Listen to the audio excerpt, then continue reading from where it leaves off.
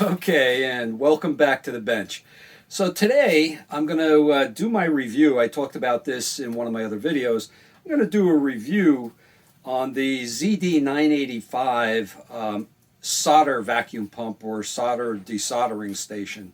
I'm going to go into a little detail on that. It's not going to be a huge review, but just some of the things that I've found. I guess I've had it now for 10 or 12 years, and I will say I am a hobbyist.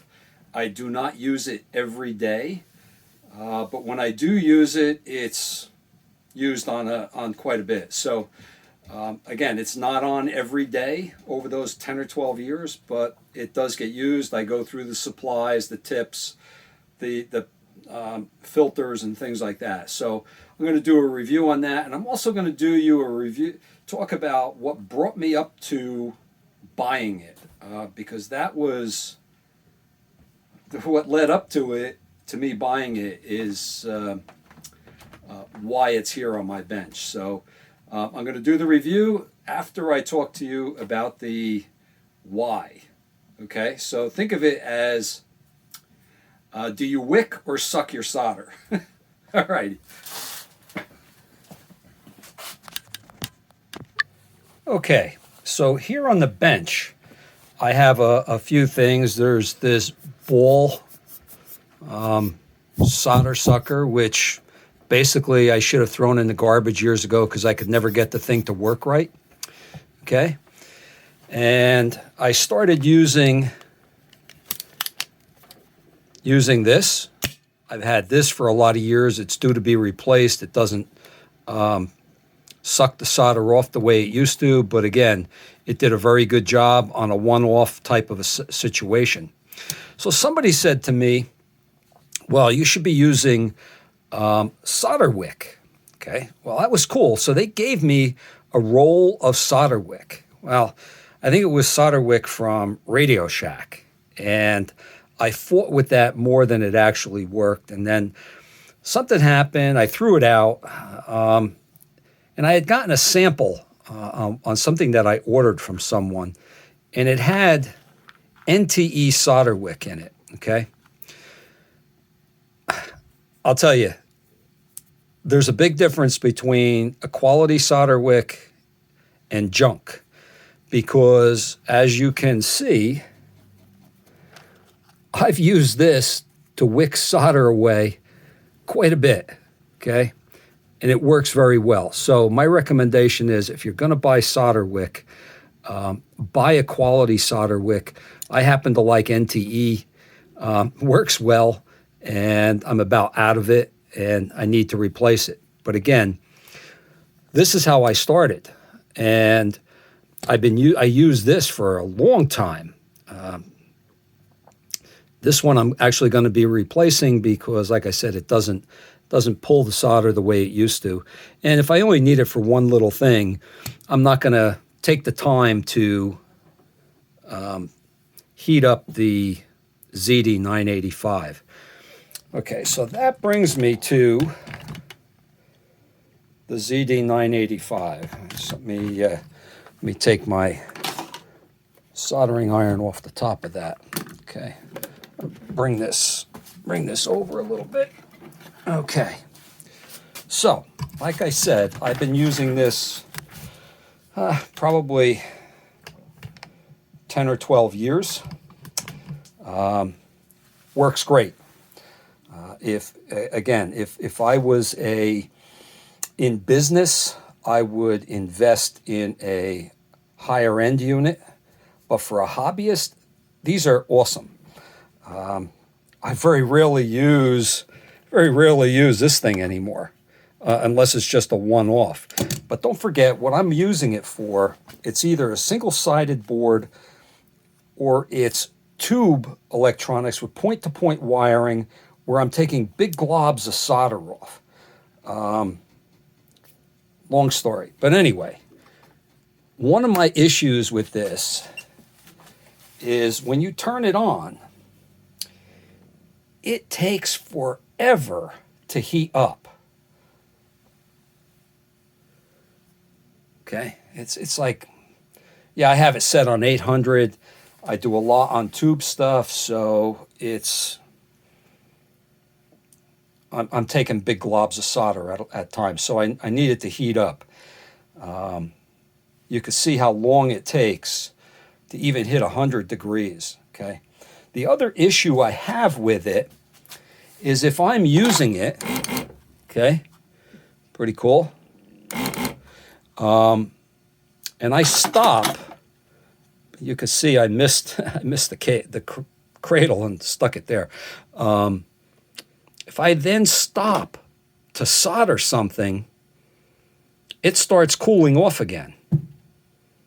And I have to hit the up or the down button to make it start heating again. Okay? Now, I'm gonna shut this off so I don't burn my hand on it. Like I said, I love it. It works great. I believe you can still buy this unit from a company called memotronics.com. You can buy replacement parts.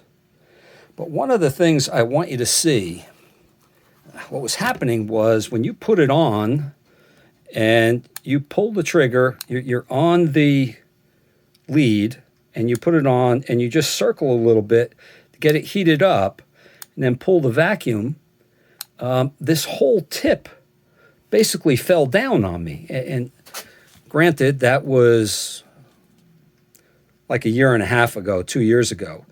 So couldn't figure out what happened. Well, you can see these screws. Let me get something to point with. Where's my pointer? I'll use this. So these screws that are here, okay, they are screwed down into plastic. There's a little ferrule here between plastic and the plate. This gets extremely hot. This is all attached here. So what happened was the plastic just rotted out. It just cracked and fell apart. I found that I still have to do the third one. I have the screw and everything. I just been busy and haven't gotten to it. What I did was I used JB Weld, and I JB welded this in place, okay? The same thing here. This one now has JB Weld in it. I seriously doubt that that'll ever fall apart. And I still have to do that on the other side, okay? So just something to keep in mind. If you buy it, that's a possibility that that's going to happen. Now, you can't buy this black ring as a part, but for, I think it's like $38 plus shipping, you can buy the whole gun, okay? I've had this gun apart, and if I had to change the heating element in it, I would just buy a whole new gun because it's a pain in the butt with the wiring. Very simple though. This tube has a spring in it. It will, you can't see the inside because it gets filled up, but it'll actually pull the solder into here, okay? And the filter down here will get clogged, and then you have to take this out very simply. Yeah, I'm saying that very simply, okay? You move that back, and then this will come out. Yeah, I'm behind the camera, so it's very difficult doing it like this, but there you go. Okay.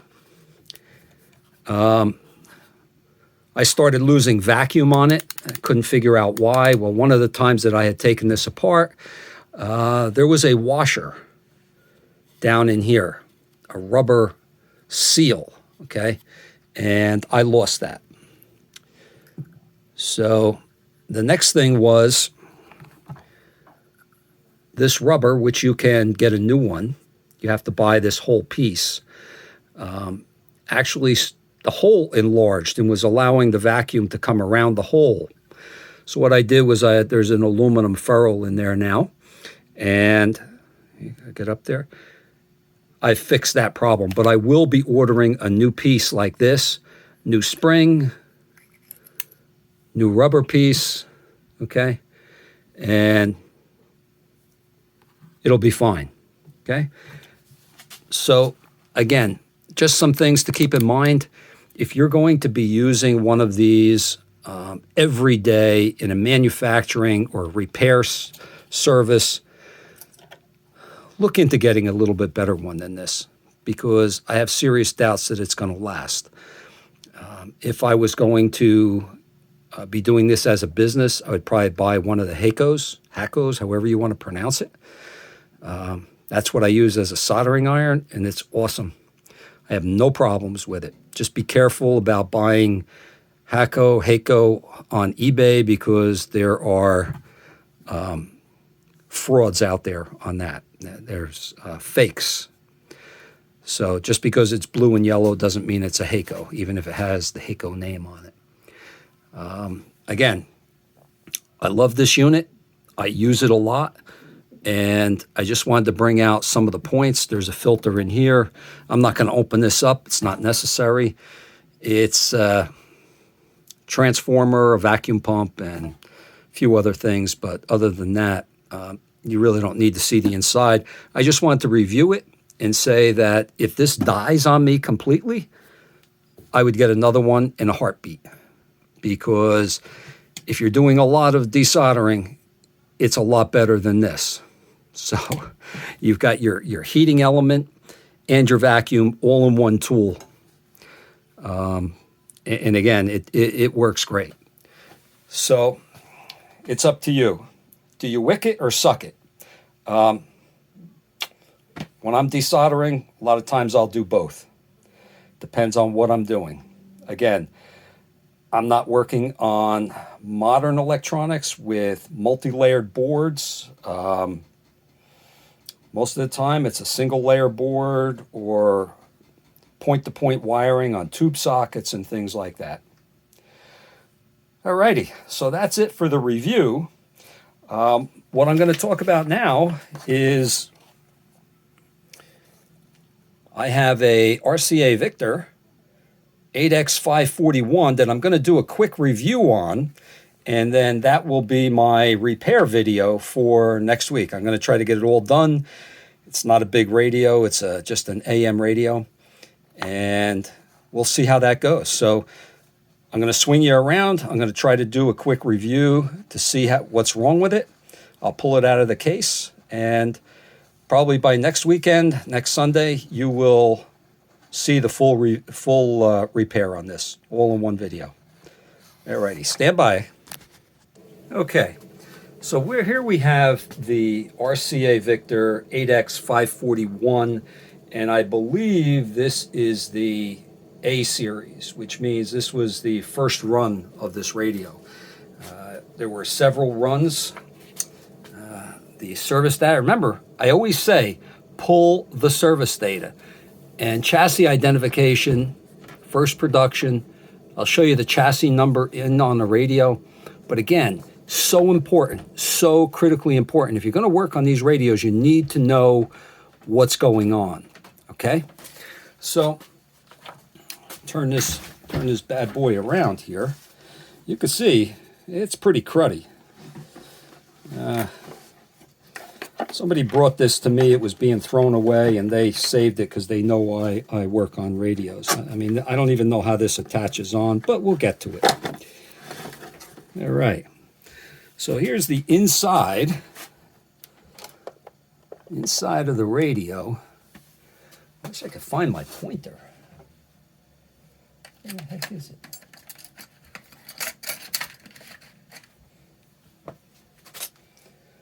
Ah, here it is. Okay. It's an old chopstick. It's an old chopstick that I made an end on it, and I use it as a tuning stick.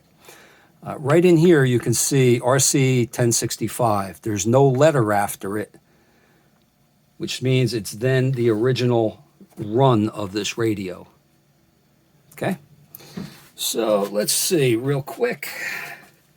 I don't usually do this, but let's put it on the Variac and see what we've got here. Okay, it's on the variac, I will start bringing the power up. Let me turn the radio on. That would turn the volume up so if something happens, hopefully we can hear some sound.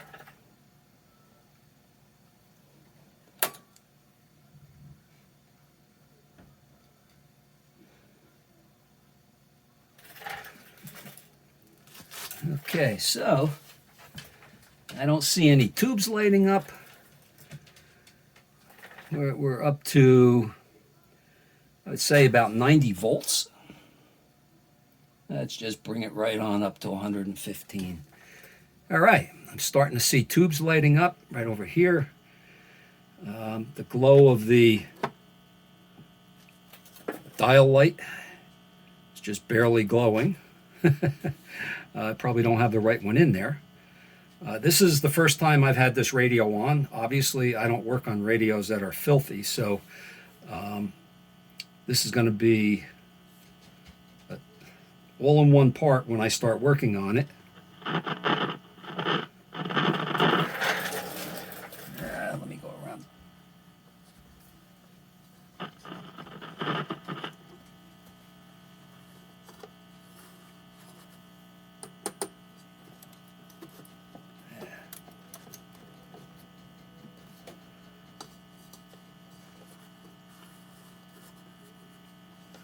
Well, if I can't get WABC out of New York City here. Okay, let's see. Should be right around there. I mean, that thing you can get on a crystal radio. All right. So I got hum, which leads me to believe the filter capacitors need to be changed. Okay. Noise out of the speaker, so obviously the speaker's working. All right. So, okay. Now it's time to get it out of the chassis and on the bench. I'll shut the power off, and I'll have you back when I have. Okay, so here we are out of the chassis. Someone has already changed the filter capacitor. I don't like this kind of work, but again, I will work on this to try to figure out what's going on. I don't know what else they've done. Obviously, the volume control works.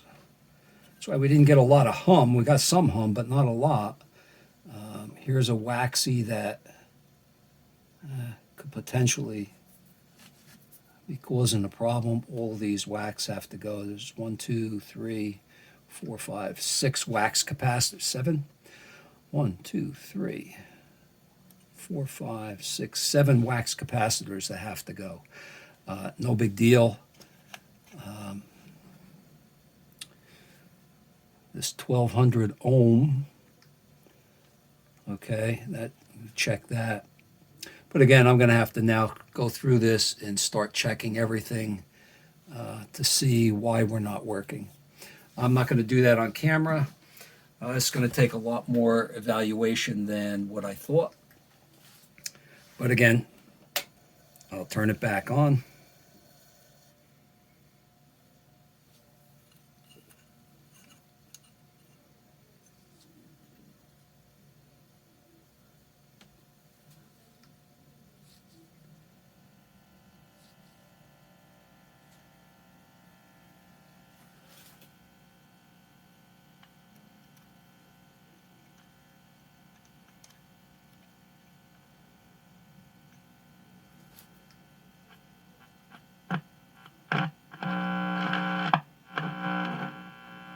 So it looks like the audio section is working. Here's the volume control. That's the center of the volume control. This capacitor could be shorted. Again, it'll take a little bit more than just a quick look, but first thing I'll do is I'll go through and clean it up a little bit, test the tubes, make sure all the tubes are good, which they probably are, and then I'll start testing components. Yeah, it's going to be fun.